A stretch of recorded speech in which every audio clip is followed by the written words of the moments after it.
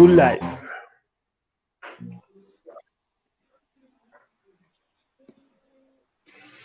Listo. Muy buenas tardes. Queremos agradecerles como todos los miércoles su participación. Hoy tenemos un tema muy interesante que es vejez y salud mental. Para este tema nos acompaña Tomás Covarrubias desde Chile, persona encargada de que nos ha ayudado con la red desde que comenzamos en Chile. Tenemos a la gerontóloga Gloria Carrión desde Ecuador, que está nueva en el equipo, pero nos apoya como los que estamos desde el comienzo, cosa que le agradecemos, Gloria. Está el gerontólogo José Cruz también desde México, que fuimos de los primeros que comenzamos a trabajar aquí con la red, y también es un apoyo constante para este trabajo. Ustedes saben, todos los miércoles estamos trabajando temas de interés para los cuidadores y de los cuidadores. Entonces, para no alargarnos más, y empecemos con nuestro tema de hoy, vejez y salud mental, le damos la palabra a la persona indicada para el tema, que es Tomás. Tomás, por favor, muchas gracias. Primero que todo, muchas gracias a ustedes por la invitación, por brindar este espacio para tocar un tema que es tan relevante e importante como lo que es la salud mental en el adulto mayor. Tema relevante y hasta cierto punto invisibilizado muchas veces por la sociedad. Solamente como un dato curioso, muchas veces cuando me ha tocado hacer clases sobre salud mental o exposiciones al respecto, cuando yo suelo hacer la pregunta a la comunidad y a los asistentes sobre cuál es el grupo etario con mayor tasa de suicidio, por lo general la respuesta que comúnmente recibo es adolescentes. Y cuando yo les corrijo que no, o sea, el grupo etario con mayor tasa de suicidio en el mundo es el adulto mayor.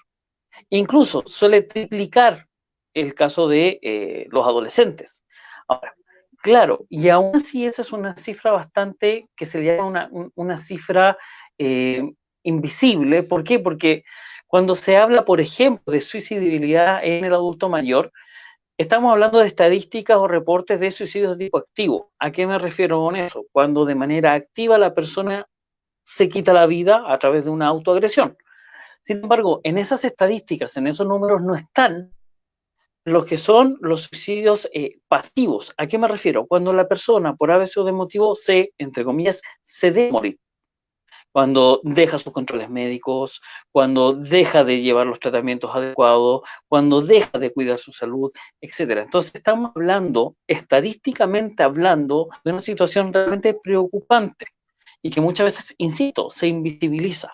Así que dentro de ese contexto, nuevamente les agradezco mucho, Juan Carlos, José, Gloria, un placer poder conocerte, que podamos brindar este espacio precisamente para hablar de ese tema. Bueno, buenas tardes con todos. También un agradecimiento por la invitación a participar de este tema. De verdad que es bastante importante porque, primero que todo, a nivel del mundo, digamos que el grupo que más está creciendo es el adulto mayor. Tenemos ya alrededor de 80 millones de personas en el mundo que están por encima de los 60 y 65 años. Nos podemos dar cuenta nosotros que en este grupo de adultos mayores, como bien lo decías, Tomás,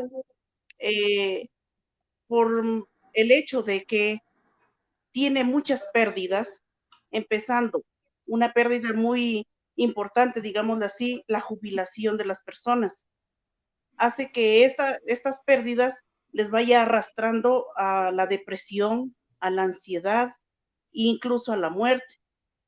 Entonces, aparte de estas dos, digamos, de enfermedades, tenemos nosotros el mal llamado que decimos demencia senil. En realidad no existe la demencia senil. ¿Por qué? Porque hay muchas personas que llegan a los 100 años y no tienen olvidos, no tienen ningún tipo, que tienen algún tipo de olvidos y cuestiones así, pero como demencia no. Las demencias las vamos a catalogar en otro grupo. Y aquí vendrá también una tercera causa de lo que lleva a las personas incluso a la muerte, es las demencias tipo Alzheimer. Estas demencias tipo Alzheimer también afectan demasiadamente lo que es la mente, el estado físico de la persona. Como otro tipo de pérdida, nosotros también tenemos lo que es las enfermedades. El proceso mismo del envejecimiento, cuando le va quitando a la persona o restando un poco de funcionabilidad a nivel de caminar, de escuchar menos, ve menos, o las enfermedades mismo metabólicas, eso hace que la persona vaya entrando en una depresión o en una ansiedad. Y estos grupos son o deberían ser los mejores atendidos para prevenir, sobre todo, para no llegar a esta depresión o ansiedad. Pero ¿qué pasa? Cuando esta persona mayor va a un hospital, es hecha, o sea, se la echa de menos en algunos casos. ¿Por qué? Porque nosotros decimos, como yo escuchaba a alguna persona que decía, ya está viejito, que deje el oxígeno para los jóvenes. O sea, no se trata de eso. Entonces, la persona que va al hospital a hacer fila por horas, que incluso ¿qué le digo? Con vergüenza a veces del sector de la salud, lo ven que él está de hace rato, pero no, ahí lo dejan sentado, no lo atienden rápido.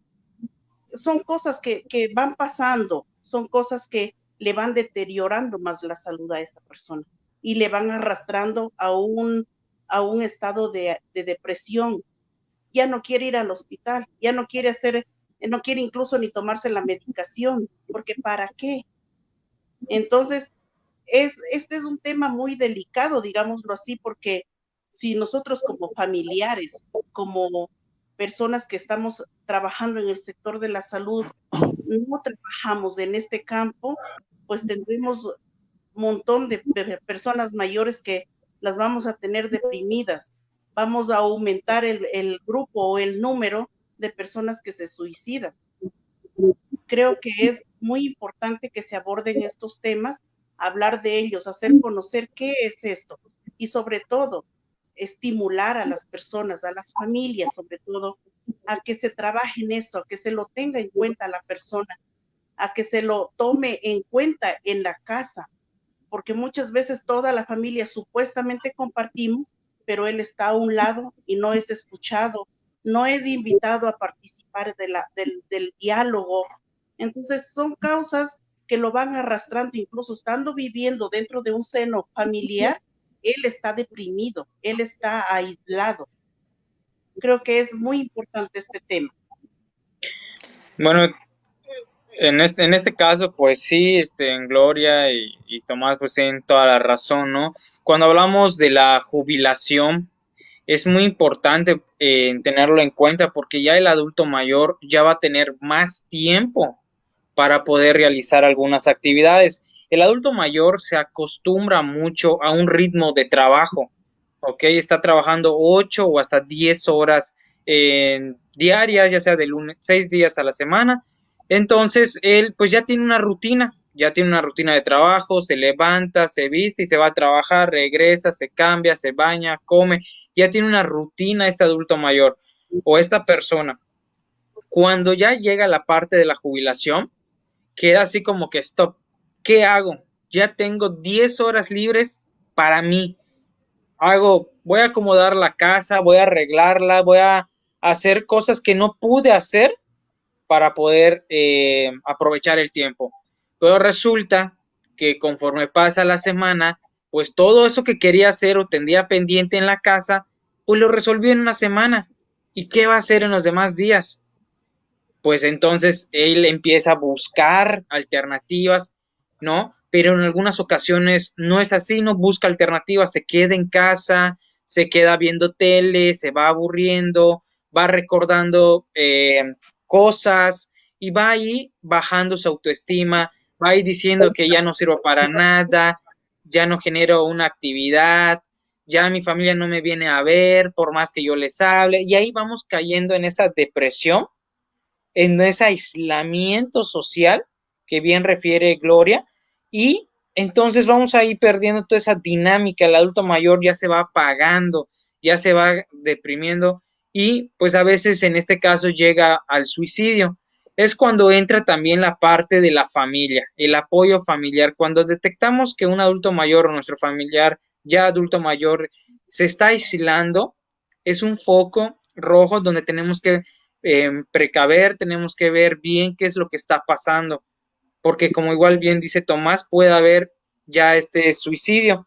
Entonces, ir trabajando con él, buscándole actividades recreativas para que aproveche el tiempo, para que también conozca a otras personas, haga una vida social, salir a hacer actividades con las personas, salir a platicar con otras personas, adultos mayores, también al parque, ¿no? Diversas actividades que les podemos nosotros generar, tanto como familiar o como personas, eh, personal de la salud, podemos ir ajustándoles para que puedan ellos tener pues este tiempo que ya tienen ya de la jubilación, pues a aprovecharlo con actividades recreativas. Yo, permítanme un poco, quiero rescatar 2 puntos que han señalado ustedes, chicos, que considero que son súper importantes. Primero, algo que decía Gloria y que tiene toda la razón del mundo, es que existe mucho desconocimiento y mucha desinformación. Y ojo con la palabra que utilizo, desinformación, porque incluso podría utilizar la palabra ignorancia. Claro que ignorancia es una palabra que uno evita usar porque suena feo, pero es que, ojo, de repente es importante llamar las cosas por su nombre. ¿Por qué? Porque le da la connotación de urgente, de que no podemos esperar a que nuestras nuevas generaciones conozcan más del tema. Es que tenemos que empezar a hacerlo ayer, no hoy. Ayer tenemos que empezar a aprender más sobre la realidad que viven los adultos mayores. Por ejemplo, Gloria mencionó el término demencia senil. Efectivamente, que es un término que uno escucha mucho, que se señala habitualmente, dice, no, que la demencia senil, la demencia senil, la demencia senil, cuando efectivamente, como bien dice Gloria, de partida demencia senil no es un término técnico propiamente tal. Es un término utilizado más socialmente y que de una u otra manera como que quiere englobar distintos tipos de demencia. O sea, es como la idea, porque en sí mismo, o sea, si tú buscas demencia senil en un manual, no sé, en el CIE-10, uno lo encuentras, en el manual de diagnósticos clínicos. Como diagnóstico no existe. Entonces, claro, es una forma, entonces, al tratar de llamar demencia senil A y meter dentro de ese saco problemas de depresión, que pueden traer problemas de atención y concentración, Alzheimer, Parkinson, demencia por cuerpos de Levy, demencia vascular, demencia mixta, etcétera. O sea, una serie de situaciones que no son lo mismo, a pesar de que muchas veces uno no sabe cuál es la diferencia, pero en la práctica hay una diferencia, porque el manejo es distinto. Y una serie de situaciones que desconocemos, el grueso de la población desconoce de la realidad del adulto mayor, significa que a la larga termina careciendo de las herramientas y los recursos que le permitan, primero que todo, entender al adulto mayor, primero que todo, entenderlo, y después poder ayudarlo. Por ejemplo, hay un concepto que suele suceder que cuando lo comparto con otras personas, les hace mucho sentido y me llama la atención que es un concepto que no mucho manejan. Más personas que trabajan en el que es el concepto de tensión por frustración. La tensión por frustración, para ponerlo en términos como bien breves y resumidos, viene a ser esa sensación constante que vive el adulto mayor, asociado precisamente a lo que señalaban ustedes dos, sobre qué pasa cuando llega una etapa de la vida en donde todo me cuesta el doble, todo me cuesta el triple, leer me cuesta el doble, poder realizar mis actividades diarias me cuesta más. Entonces todo se vuelve más difícil y muchas cosas que antes hacía con facilidad ahora me cuesta hacerlas, termina generando una sensación de frustración, de impotencia. Ahora, imagínense esa sensación de frustración 24 horas al día, 7 días a la semana, los 365 días del año. Eso va generando un estado basal que te vuelve proclive a trastornos como depresión, ansiedad, etc.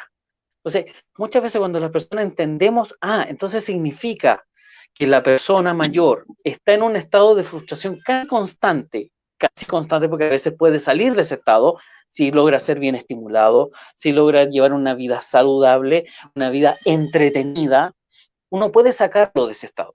Pero si no se hace, la persona cae en esta tensión por frustración. Y entendamos, ¿qué es la frustración? Y disculpe que me explaye un poco más en esto. La frustración es una emoción que en psicología se le llama emoción secundaria.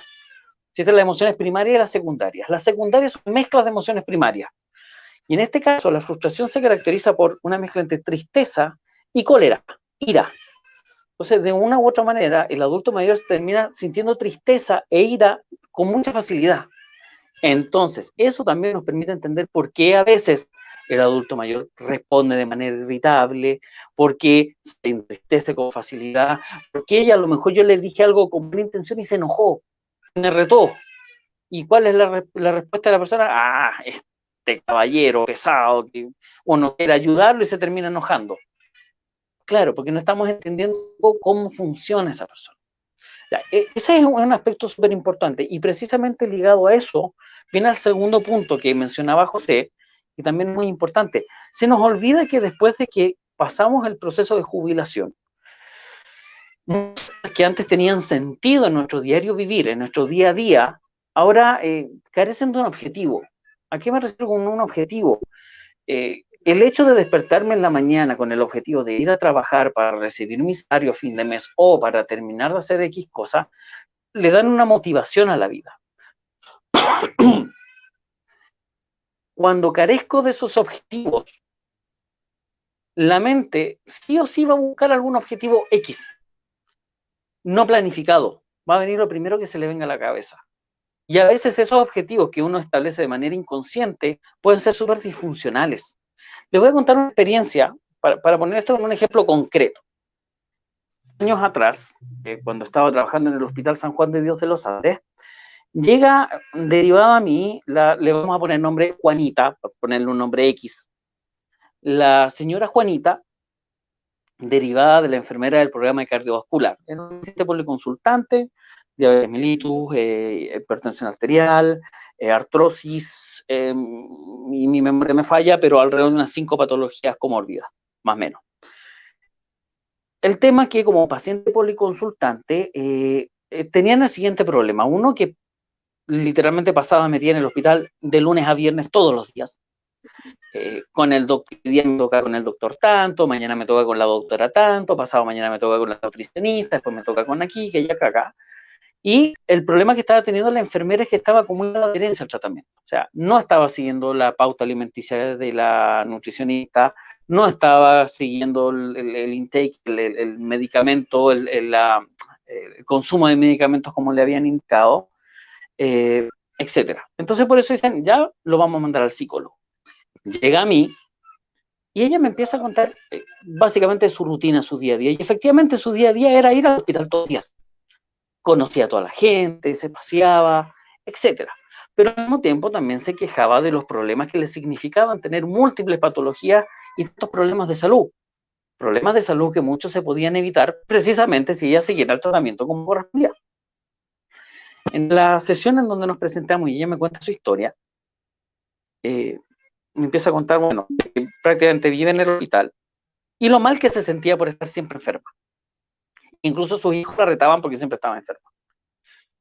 Entonces, avanzada la sesión, yo llego y le pregunto, señora Juanita, ¿cómo sería su vida? Cuénteme desde lo práctico, ¿cómo sería su vida si usted fuera una persona sana? ¿Cómo sería su vida, su día a día común y corriente? Y la señora Juanita me dice, bueno, me levantaría temprano, me gusta levantarme temprano, probablemente pondría el matinal en la televisión, iría a regar mis plantas, me tomaría a lo mejor mi desayuno, viendo la televisión. Bueno, después de eso vería televisión hasta que me haría mi de almuerzo. Después de eso haría probablemente la sobremesa hasta la de noche para tomar once y acostarme. Y ahí el resto de los días básicamente lo mismo. O sea, si le quitamos la enfermedad, su vida es un aburrimiento pero impresionante. O sea, su vida pierde sentido. O sea, para que su vida tenga sentido necesita estar enferma. Entonces, para que nosotros podamos, si nuestra intención es poder sacarla de ese estado, tenemos que encontrar con ella, obviamente, que construir con ella un nuevo sentido de vida, un nuevo para qué. Levantarme en la mañana, ¿para qué? Bueno, trabajamos, en resumen, terminamos trabajando con ella, lazos familiares, empezó a compartir más con los nietos. En resumen, terminó teniendo una vida bastante más ocupada. Y efectivamente la señora empezó a desaparecer del hospital. Iba tarde más nunca cuando le tocaba sus controles periódicos 2 veces al mes, 1 vez al mes, y empezó a llevar su tratamiento como correspondía, etcétera, etcétera, simplemente porque había que reorientar su vida. Porque efectivamente, como muy bien dice José, el vacío que se experimenta una vez que pierdes tus objetivos cotidianos de vida es bastante grande y muchas veces las personas no dimensionamos las repercusiones que eso puede tener en la vida de una persona adulta. Sí, en esa parte, Tomás, tienes mucha razón. Yo, como gerontólogo, es fundamental. Yo, en mi caso, soy muy familiar, ¿ok? Me gusta mucho interactuar con la familia y todo eso, pero para mí es fundamental para el adulto mayor que conviva con la familia, que crea ese vínculo de nuevo, porque cuando estás trabajando, te enfocas mucho en el trabajo, te enfocas de que, como mencioné antes, te levantas, desayunas, te vistes, te vas al trabajo, regresas, así, ¿no? Sucesivamente, vas perdiendo ese lazo familiar, vas perdiendo esa convivencia familiar. Y peor aún, cuando la familia vive, este, ya fuera de ti, ¿no? Fuera de tu casa, ¿no? Cuando los hijos ya tienen sus propias familias. Entonces ya es esa ruptura o vínculo familiar ya se pierde más rápido. Pero como tú estás en ese proceso de trabajo, pues no lo ves. Pero cuando llegas a esa etapa de jubilación, ahora sí denotas todo. Como diría uno, lo que fue pues perdiendo, ¿no? Entonces hay que aprender a llevar nuestros tiempos y también muy importante que cuando llegue esta parte de la jubilación, pues hacer que la familia interactúe con él, así como el gerontólogo, el psicólogo, el geriatra, etc., pues tratar de vincularlos para que de nuevo vuelvan a ser pues esa familia o crear ese vínculo, ¿no? Porque ahí llega la depresión, ahí llega la sustitución de la familia, empieza a buscar amigos o bien como refieres, empieza a buscar lugares para asistir cotidianamente, en ese caso como tu paciente, en Juanita, ¿no? Iba al hospital, ¿no? Ya conocía al de la tienda, ya conocía al doctor que está en tal consultorio, o sea, ya conocía toda la planta de ahí. Pero eso es una sustitución a base de la familia que ya no está. O sea, ella sustituyó toda esa parte y empezó a encontrar nuevas amistades. Pero entonces ahí viene también la depresión, porque no es lo mismo el amigo que el hijo, el nieto. O sea, nunca va a ser igual. Pero de esa manera él lo busca sustituir. Pero él es en el trasfondo. Ya ahí está una depresión constante. En el trasfondo ya hay una frustración por no poder convivir con la familia. Entonces yo creo que como personal de la salud es muy importante también para los cuidadores que traten de vincular al adulto mayor con la familia. Cuando yo trabajaba en la parte de cuidador, realmente era algo de que ya llegó el enfermero, ya llegó el gerontólogo, ya llegó el cuidador, boom, se desaparece la familia y ahí se queda. Y no vuelven hasta después, hasta un mes. Y el cuidador está, perdón, el adulto mayor está tras cuidador, tras cuidador, tras cuidador. Entonces ahí vemos también como parte de nosotros que estamos trabajando con el adulto mayor, tratar de hablar con la familia y decir, visiten a su papá. Bueno, en este caso, yo así mencionaba, visite un poquito más a su papá, está cayendo en depresión. Yo trato de rescatarlo, pero no es lo mismo un amigo que un familiar, que un hijo, que un nieto, ¿no? Nunca va a ser igual un amigo con esta parte, ¿no? Entonces ellos trataban de entender y empezaban a visitarlo más, porque yo les hablaba de que, ¿sabes qué? Es muy importante que visites a tu papá, porque está cayendo una depresión y en el transcurso de la noche puede cometer algo que pues muchas veces nosotros no pensamos, ¿no? Como es el suicidio.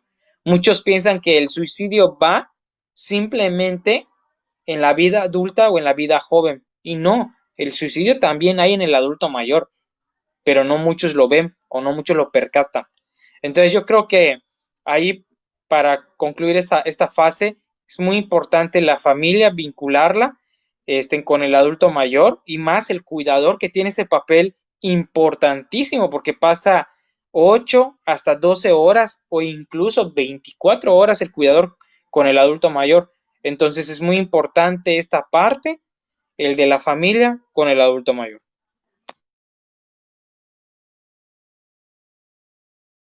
Micrófono, Gloria. Gloria, tu micrófono está apagado. Disculpe. Ya. Excelente. Pienso que en esta época que nosotros estamos viviendo la cuarentena, ha sido bastante dura para las personas mayores. ¿Por qué? Porque ha sido un tiempo de estar aislados, de estar encerrados, digámoslo así, aislados de la familia, de los nietos, aislados de la sociedad. Peor cuando nos dijeron que el adulto mayor era el más propenso a contagiarse. Entonces, tratamos o como familia se trató de tenerlo más guardadito, más que no salga, más, cuidarle más. Pero esto también crea un daño. ¿Por qué? Porque no puede compartir con los hijos, con los nietos, con los amigos, que de pronto estaba acostumbrado a salir a jugar cartas, no sé, a asistir a algún club, alguna cosa de esas, y ya no lo puede hacer.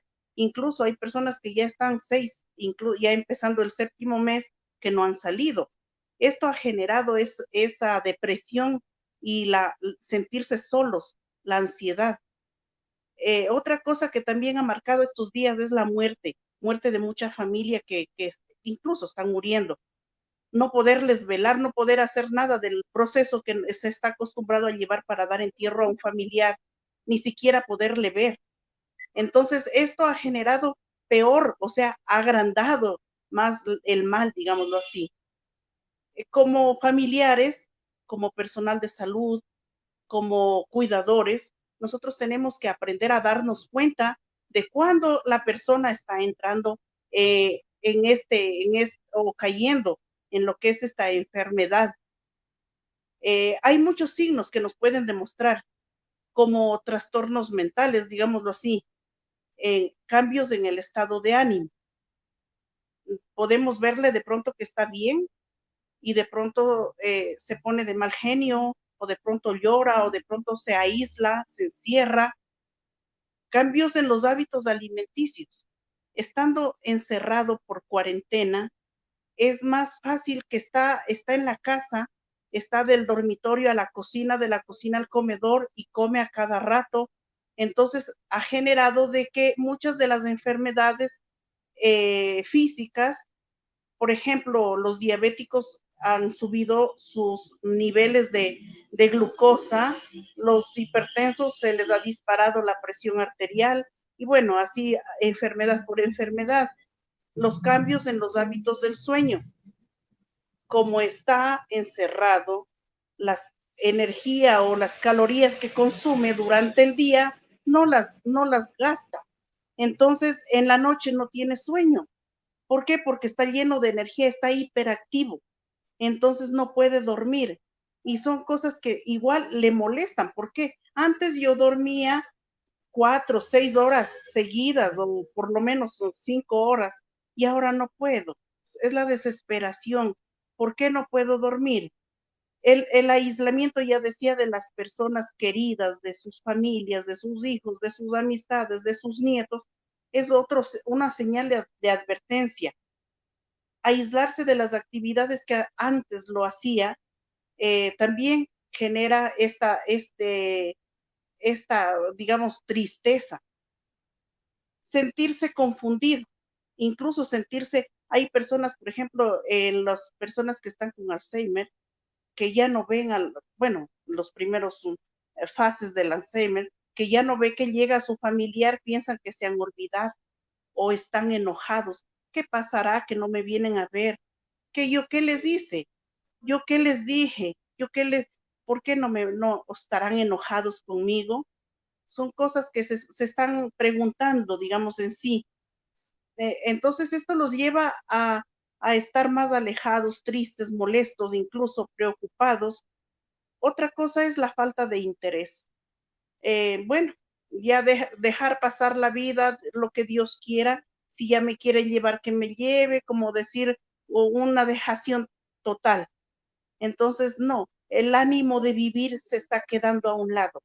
Ese ánimo, esas ganas de salir, de hacer cosas diferentes, se está perdiendo, digámoslo así. Tener dolores o molestias inexplicables. Hoy le duele la cabeza, mañana la pierna, pasado la costilla, más mañana el corazón, bueno, no sé qué más. O sea, ¿por qué? Porque solo estamos pensando digamos, en este tiempo, sobre todo en este tiempo. Estamos encerrados y, bueno, estamos dentro de uno mismo. El pensamiento es yo, ¿sí? Entonces, esas enfermedades que de pronto aparecen, que nadie se explica, y peor cuando no pueden ir a un médico físicamente, porque ahora ya ha tocado, por ejemplo, aquí en Ecuador, hay que hacer una llamada al médico y contarle los síntomas, y el médico supuestamente le ausculta, entre comillas, y luego receta. Entonces, eso es lo que se está haciendo hasta ahora, todavía aquí en Ecuador, la telemedicina. Entonces, el paciente no es lo mismo. ¿Por qué? Porque la persona mayor está acostumbrada a ir al médico y que el médico le diga, acuéstese, lo toca, lo examina, lo ausculta, le toma sus signos vitales y está contento, ¿verdad? Pero eso ya no se está dando. Entonces, para ellos eso no sirve. La telemedicina no vale de nada. Entonces viene la tristeza. Incluso ha venido, yo tengo, por ejemplo, personas que me han dicho, mi familiar empezó a fumar y tengo que salir casi a diario a comprarle cigarrillos porque se desespera si no fuma. Es la ansiedad. Por la ansiedad, entonces viene el reemplazo en este caso del cigarrillo. O cuando me di cuenta, todas las botellas que tenía ahí guardaditas para las visitas, se las ha tomado. Ya no hay licor en la casa. ¿Por qué? Porque también este es un medio como de refugio para esa ansiedad, esa tristeza. Es eso, o sea, en este momento que estamos viviendo de la cuarentena. Entonces, poner especial cuidado como en estas señales de advertencia. Si yo veo que mi familiar se aísla, se enoja, no está durmiendo bien, come demasiado o bien no está comiendo, son signos que nos están, o sea, una señal que me está diciendo no está bien, no está nada bien la persona, hay que poner atención. Creo que en esa partecita lo que es la cuarentena. Quería, si me disculpan, detenerme un segundito para mencionar algo que ya había planteado José y que obviamente que también tiene que ver con lo que plantea Gloria, porque habla mucho de precisamente estos indicadores de alteraciones de salud mental a los cuales hay que estar atentos. Pero la pregunta es, bueno, ¿quién estar atento? Y ahí precisamente es lo que dice José, la familia. O sea, la familia es el principal recurso que tiene el adulto mayor para que estén atentos a ellos y a estos precisamente indicadores. Entonces, brevemente tiene que ver con concientizar un poco el trabajo preventivo, siempre en salud mental, bueno, no tan solo en salud mental, en salud en general. Se habla de los factores protectores y factores de riesgo.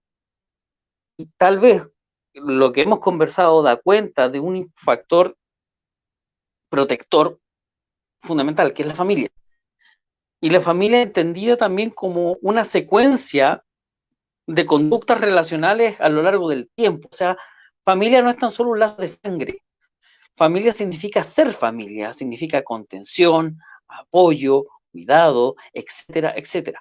¿Por qué? Porque en la práctica, yo creo que a ustedes también les ha tocado ver, de repente, sujeto X, don Pedro, por inventar un nombre, tuvo sus hijos o tuvo una hija, su señora, en un ambiente de violencia intrafamiliar, y cuando su hija tenía 2 años, don Pedro desapareció de la casa. Se fue, se enamoró de otra mujer y se fue. 60 años más tarde, o 50 años más tarde, aparece don Pedro, enfermo, en situación de dependencia, pidiendo que su hija se haga cargo de sus cuidados.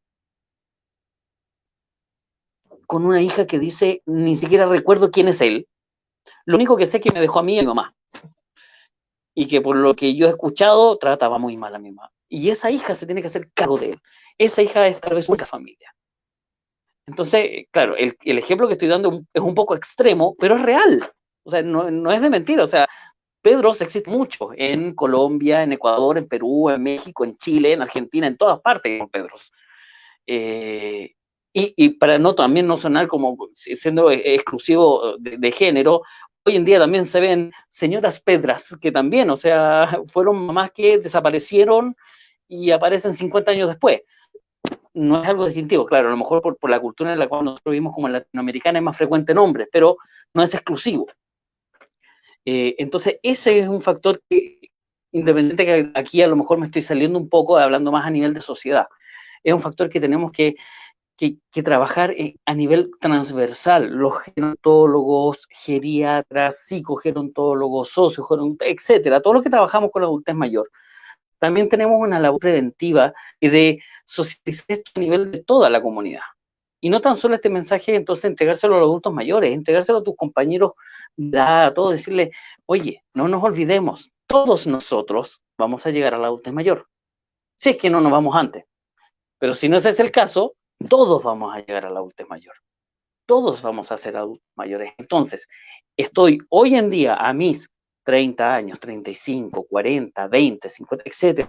Estoy ahora en mi presente construyendo o fortaleciendo y regando los factores protectores que el día de mañana me van a ayudar tanto a mí como a mi familia a hacerle la pega o hacerle más fácil.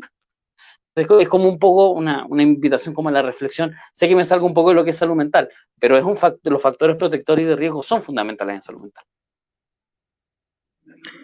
Sí, claro, o sea, sin duda, toda esta parte que mencionas es muy importante, que el personal profesional de la salud que trabaja con el adulto mayor, pues esté capacitado, sepa todos los temas, saber manejar, vincular, que es muy importante. También parte de nosotros también es que trabajemos de una mejor manera con trabajar con el adulto mayor de la mejor manera. También como parte de cuidadores es buscar ese foco rojo para poder prevenir, para poder actuar y sobre todo también avisar a la familia, porque si un cuidador que pasa 12 horas, 8 horas o hasta 24 horas no se percata de esto, entonces el adulto mayor está descuidado y nunca vas a saber qué va a pasar con él hasta que de repente se le presente una demencia, se presente lamentablemente un suicidio, ¿no?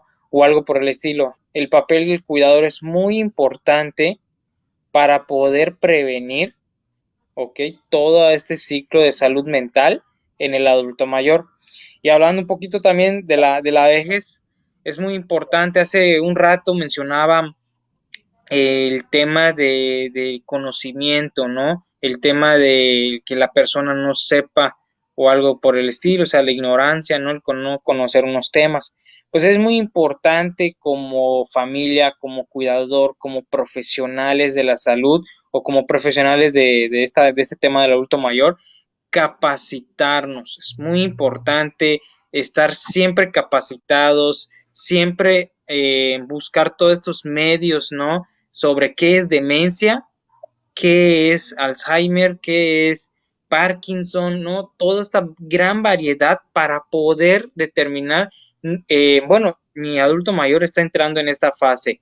Hay que buscar un profesional para que lo evalúe, para que él trabaje con el adulto mayor. Es muy importante la capacitación hoy en día. Otro tema que me gustaría retomar y que Gloria creo que fue muy, muy directa y muy bueno, de la pandemia. Esta pandemia nos ha llevado a un grado de estrés mental y cansancio bastante amplio, ¿no?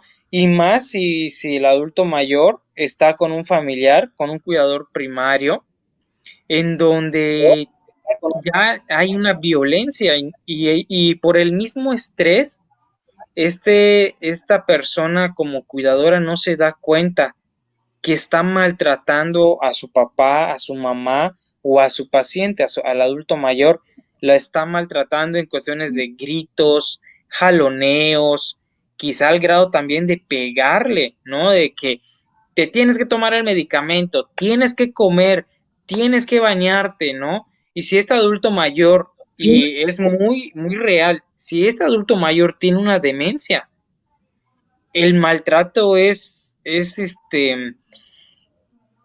predecibles. El maltrato es algo que el paciente, el cuidador puede justificar. Se cayó el adulto mayor y por eso tiene ese moretón. Y obviamente, como es una persona con una demencia, pues la persona pues no va a saber qué le pasó. Ella sufrió violencia y no lo va a saber. Entonces es muy importante, una vez más recalco, que la familia también tiene que interactuar, ver esta parte del cuidador también, ¿no? Porque en algunas ocasiones pues llega esta parte del estrés y pues en esta pandemia pues lo que hacen muchos es contratar a un cuidador e irse. Entonces no solo es contratar a un cuidador, sino también visitarlo y también sobre todo si una persona está cuidando a su mamá o a su papá, canalizar todo este estrés en algo y no desatarlo en su familiar ya adulta mayor, porque en muchas ocasiones pues es normal con el encierro, digo, no es tan normal, pero es más frecuente que se dé por este encierro que hay, ¿no? Más de 40 días, ya meses encerrados, en donde ya ni sabes qué hacer, ya tu casa la conoces de pie a cabeza, ¿no? Entonces ahí es muy importante la capacitación, muy importante el tema del cuidador y muy importante el cómo desatar todo este estrés que genera esta pandemia, ¿no?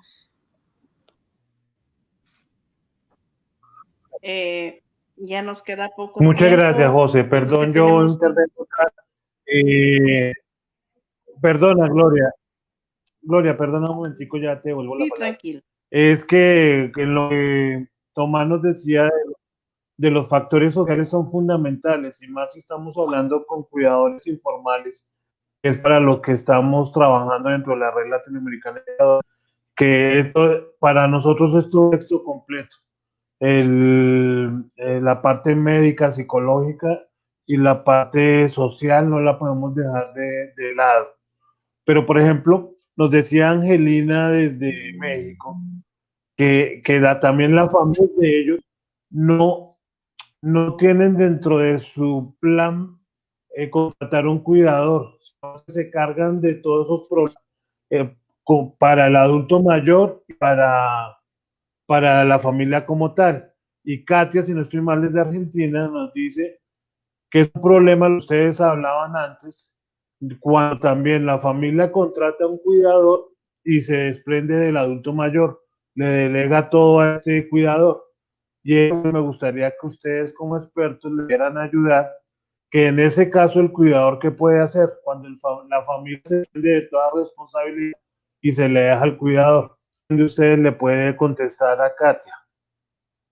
Eh, bueno, aquí en este tema es muy Cualquiera. importante, en este tema es muy importante determinar el papel del cuidador. El cuidador tiene que ponerse también en la parte de que soy cuidador, voy a ver a tu familiar, pero yo no puedo hacer las cosas de la casa o yo no puedo ver a tu familia como si yo fuera un familiar. No te puedes deslindar así. El cuidador tiene que hablar con el familiar, hacer que cree conciencia. Nuestro papel importante como cuidadores o como personal de salud es concientizar y hacer entender al familiar que no porque estemos nosotros cuidando, quiere decir que él ya se puede ir o nos puede dejar en la casa, ¿no? Como si fuéramos un nieto, un hijo más, ¿no? O un miembro más de la familia. No se puede hacer de esta manera. Para mí, en esta parte es muy importante que el cuidador tenga que dejar en claro cuál es su papel y muy importante concientizar que no la puede dejar mucho tiempo sola por varios factores que se han comentado antes, mencionar toda esta parte, porque yo creo que en ocasiones cuando pasa eso que te dejan todo y se va la familia y te dejan a ti a cargo, pues terminas cocinando, terminas haciendo esto, terminas haciendo lo otro, o sea, vas haciendo cosas que no te compete como cuidador y sobre todo vas haciendo también más allá la labor como lo que hiciera un familiar. Entonces, es ahí, en mi persona es creo que hablar con ellos cuando apenas detectemos esto al tercer día, porque uno como cuidador, cuando ya hay experiencia, lo detecta al tercer día que ya el familiar se deslindó. Entonces es muy importante agarrar una llamada o que vaya a visitar al familiar y hablar con esta persona. Esa es mi opinión. Creo también personalmente que, sobre todo en estos momentos de pandemia, el cuidador está quedándose en la casa de la persona que cuida. Incluso se ven avisos que dice, busco persona para cuidar, una señora que venga a vivir en la casa por supuesta la pandemia, ¿ya? Entonces, cuando el cuidador está en la casa, pues va a tener que hacer lo que dice José, todo. Entonces le dejan como si fuera de verdad un hijo y lo dejan ahí. Entonces, yo personalmente creo que eh, ahora estamos nosotros estudiando en los módulos del cuidador, el papel que es del cuidador. El cuidador debe entender cuáles son funciones.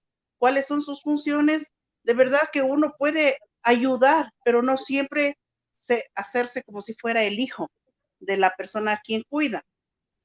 Eso uno. Otra cosa, estando el cuidador las 24 horas, los 7 días de la semana, se cansa y va a llegar un momento que cansado incluso puede maltratar a la persona a quien está cuidando. Entonces, eh, cuando yo como cuidadora o la persona cualquier que sea, tiene que poner sus límites. Mis funciones son estas aquí, ¿verdad? Entonces, ¿o para qué me contratan? Pero yo vengo y estas deberían ser mis funciones. Entonces, creo que eso, porque para evitar que se canse el cuidador.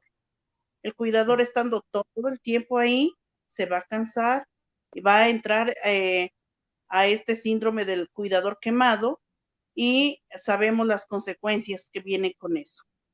Bueno, me salgo un poquito porque ya estamos terminando el tiempo para decir y más o menos de lo que veníamos hablando, el tratamiento que nosotros deberíamos dar a una persona que está sufriendo lo que es en su salud mental. eh, Primero que todo, el estilo de vida que sea saludable. Así esté en la casa por pandemia, que lleve una buena alimentación y bueno, inventarse algún tipo de actividades con él dentro, aunque sea caminar dentro de su casa, hacer algún tipo de ejercicio. Lo mejor para un adulto mayor es jugar y, y bueno, y pienso yo que en este momento se lo puede poner a pintar unas mandalas. ¿Por qué? Porque normalmente, ¿qué es lo que hace el cuidador cuando se le dice haga una actividad con su paciente? Le hace un perrito, un caballito, pinte. Entonces él coge la pintura y hace esto, ¿verdad? Entonces no, cuando le ponemos nosotros a hacer otro tipo de dibujo, él va a combinar sus colores y va a empezar a desarrollar más su mente, su creatividad, ¿ya? Entonces, creo que es importante que nosotros también aprendamos un poco, nos autoeduquemos cómo yo puedo mantener a la persona haciendo algún tipo de actividad, pero que le guste. Una actividad que se sienta a gusto hacerla, no por obligación. Ya nosotros tenemos que dejar a un lado la terapia, ¿cómo es que se decía? Bueno, un tipo de terapia que le ponía un poco de arroz y un poco de alberjas y cosas y le revolvía y se pare. Eso no, eso es como una burla, yo diría yo. En realidad, eso ya no. hay muchas actividades que incluso son productivas económicamente que se pueden trabajar con la persona mayor. Digo, a nivel estatal se pueden crear algunas políticas para las personas de estos grupos vulnerables, sobre todo las personas que tienen estos tipos de enfermedad, de enfermedades crónicas, para las enfermedades físicas y mentales también, para también prevención del maltrato y la violencia. El médico, o sea, yo siempre insisto en esto, y yo a veces hasta he peleado con los doctores. ¿Por qué? Porque a veces uno acompaña a un paciente al médico y la primera consulta simplemente se lo escucha, y luego le mandan un poco de exámenes, luego una radiografía o un electrocardiograma, bueno, un montón de estudios. Cuando va a pedir la cita para eso, le ponen un examen para no sé qué fecha, dentro de un mes el otro examen, y lo mantienen en el hospital todo el tiempo. Mientras que el diagnóstico se lo podía hacer un poco más acelerado y empezar un tratamiento, ya sea de medicación, lo que sea. Entonces, ¿qué pasa? En ese tiempo que el paciente o la persona mayor está esperando su diagnóstico, sufre. ¿Por qué? ¿Por qué no me dan rápido a mí? ¿Por qué no me dicen qué es lo que tengo? Solo haciéndome exámenes. Y del examen, de la primera consulta a cuando le dan el diagnóstico han pasado medio año. Entonces, eso es una forma de maltrato y una forma de hacerle sufrir a la persona. Entonces, él pensando, ¿pero qué será lo que tengo? Y de aquí a 3 meses recién me van a hacer el otro examen. Entonces, aligerar un poco, creo que los consultas de diagnóstico con los exámenes para detectar qué es la enfermedad y abordar un tratamiento. Quiero, Gloria, bueno, muchas de lo gracias. que... Tomás, Sí, aquí hay una pregunta sí. que más es una pregunta que creo que es pertinente y ya de pronto pues para que tú puedas cerrar. Pero es que Norma Jacqueline Velasco nos es muy interesante, porque pues este conversatorio lo estamos viendo y lo van a ver, la mayoría son cuidadores informales que están día a día con el paciente. Norma nos pregunta, para mejorar la salud mental, ¿estará bien salir de la rutina con el amor de la familia, el cuidador con sus personas amadas, no abandonarlos, hacer cosas para salir a caminar, jugar, cocinar, ir a la playa, realizar cosas todos los días junto con el adulto mayor, reinventar, planear cosas nuevas cada día? Esa es la pregunta de ella, sí. En el quehacer diario del cuidado con la persona, esas actividades son las que sirven. Sí, absolutamente las que ella menciona, todo lo que tiene que ver con generar experiencias. Al final de cuentas, partamos de la vida pongámonos filosóficos, ¿qué es la vida? Si lo pudiésemos definir a lo mejor de una manera más semántica, vendría siendo como un conjunto de experiencias que transcurren en un periodo de tiempo determinado, desde que nacemos hasta que morimos. Un conjunto de experiencias, por lo cual cualquier cosa, actividad que genere una experiencia reconfortante, constructiva, basada en el amor, entretenida, etcétera, etcétera, va a ser algo de por sí en sí mismo, como decimos, en sí mismo terapéutico. Así que, absolutamente. E incluso ahí me gustaría tocar precisamente mencionar algo que responde a esa pregunta y además a la que un poco planteada recién sobre el tema de qué hacer el cuidador cuando la familia un poco delega o se desentiende de los cuidados del adulto mayor. Igual cuando estamos hablando de un cuidador informal que se hace cargo.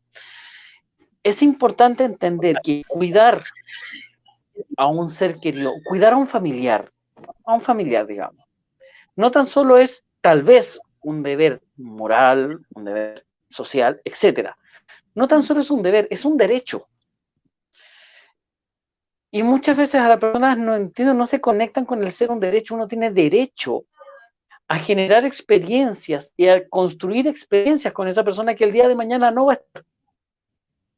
Tal vez es el momento, el transcurso de vida que tengo precisamente para generar experiencias en el otro y en mí mismo, que al final de cuentas, cuando esa persona pase a otra vida, yo las voy a atesorar y yo las voy a acumular en mi propia vida y en mi propio conjunto de experiencias. Por ejemplo, ya sea, y lo voy a poner en ambos casos, si tuve la fortuna de tener, a lo mejor si estoy cuidando a mi padre, si tuve la fortuna de tener un padre cariñoso, una persona que estuvo ahí a mi lado, el poder disfrutar sus últimos años generando experiencias reconfortantes es invaluable. E incluso vámonos al caso contrario. Si yo no tuve la fortuna de tener una buena relación con mi padre, pero al contrario, una mala relación, o en su efecto no tuve una relación con él, también es los últimos periodos de tiempo que yo tengo precisamente para construir algo que yo como cuidador puedo atesorar en el futuro. Entonces, el cuidar a un adulto mayor no tan solo es un acto para la persona cuidada, sino que es un acto de alimentación espiritual para el mismo cuidador. Y eso es uno de los aspectos que nosotros es importante que tengamos en cuenta, porque si yo valoro la importancia de generar experiencias reconfortantes con la persona cuidada, ir de paseo, reinventarse, hacer nuevas experiencias, hacer actividades lúdicas, etcétera, etcétera, etcétera, son cosas que van a ir surgiendo naturalmente. ¿Por qué? Porque está lo más importante, que es la motivación a hacer todas esas cosas.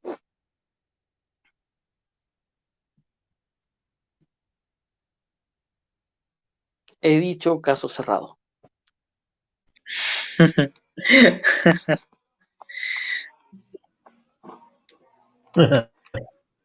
Gracias, Tomás. Ya se nos está acabando el tiempo, como dice Gloria. Nos quedan 4 minutos. No sé si cada uno quiera concluir alguna con una idea que les sirva a los cuidadores que están viendo este conversatorio. Bueno, para concluir, es muy importante como cuidadores capacitarnos, saber manejar las diferentes situaciones como el estrés y las obligaciones que tenemos como cuidadores. Somos cuidadores, no somos limpieza de casa o algo por el estilo, porque muchas veces se toma así. Entonces tenemos que definirnos y defender el papel del cuidador, porque si uno acepta el hacer el aseo de la casa, involucra a todos. Entonces, como cuidadores, unámonos y hagamos valer todas estas partes que conlleva el simplemente cuidar a una persona. Eso sería pues todo. A ver, yo voy a tomar el lema de la red, cuidar es un acto de amor. Muy bien. Porque cuando yo cuido con amor, lo hago bien, ¿verdad? Nosotros tenemos que apersonarnos de lo que hacemos, hacerlo con amor, hacerlo bien hecho. Tratar de yo hacerme a la persona, no de que él se haga mi genio a lo que yo pienso y lo que sea. Tener mucha paciencia, pedirle al Ser Supremo, al que nosotros creemos en el quien sea, pedirle que nos dé mucha paciencia para poder hacer esa actividad con amor. Creo que ahí está el secreto para uno poder hacer las cosas bien. Y siempre llevar en el pensamiento de nosotros, yo voy a hacer con esa persona lo que quisiera que alguien lo haga conmigo. Muchas gracias, Gloria. Ahí sí, perdón, tuve un problema con el micrófono, ahora sí, ahí le chunté al botoncito. Efectivamente, estoy muy de acuerdo que cuidar es un acto de amor, como es el emblema de la red, que efectivamente lo es así, y que precisamente el amor en sí mismo no tiene que ver necesariamente con, o no es exclusivo de cuando hay un lazo consanguíneo, cuando estamos hablando de alguien a quien, no sé, tengo una historia. También uno puede hacer un acto de amor con un perfecto desconocido. Perfectamente uno lo puede hacer, porque amaba más allá de a quién, tiene que ver con la entrega, tiene que ver con la compasión, tiene que ver con lo que decía Gloria, acordarme de que yo también voy a ser un adulto mayor más adelante, y bueno, ¿qué sería lo que me gustaría que me trataran a mí? Y por sobre todo entender de que es algo que, y quiero poner el acento en eso, independiente que nuestra labor es con los adultos mayores de hoy, hacer el trabajo con los adultos mayores de mañana. O sea, entender que y entregarle el mensaje a todos. En la vida uno termina cosechando lo que siembra. Entonces nuestra labor es sembrar bien para que en el futuro podamos cosechar bien. Porque si ahora yo soy una persona que no trabajo mi felicidad, que yo hoy en mi presente no hago mi salud mental, que hoy a mis, no sé, 40 años soy así un ermitaño o un ogro, ¿qué me espera para cuando tenga 80? Entonces, estoy construyendo relaciones que el día de mañana me van a ayudar a tener una buena vejez y al mismo tiempo una buena vejez para quienes me rodean, porque el envejecimiento es un proceso sistémico, no tan solo lo vive la persona mayor, sino que toda la gente que convive con ellos. Así que al final es una labor para nosotros y para quienes nos rodean.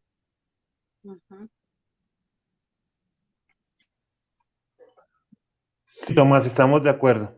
Yo quiero concluir con un par cosas de lo que ustedes han hablado y agradeciéndoles. Cuando la red comenzó, el eslogan era solamente ese, que eso les he comentado varias veces, que ser cuidador es un acto de amor.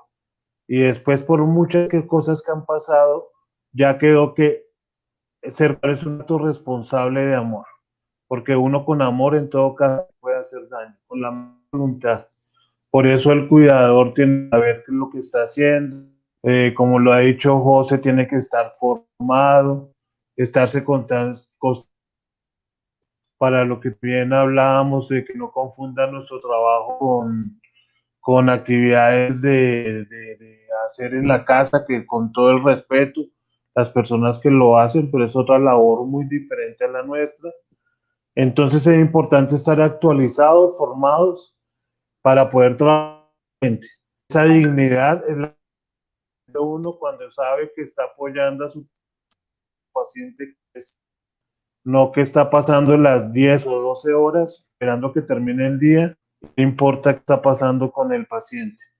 Eso lo damos y sabemos que ustedes le están dedicando este tiempo. No más agradecerle a Tomás que me acabo de decir, gracias, nos alcanzó a acompañar.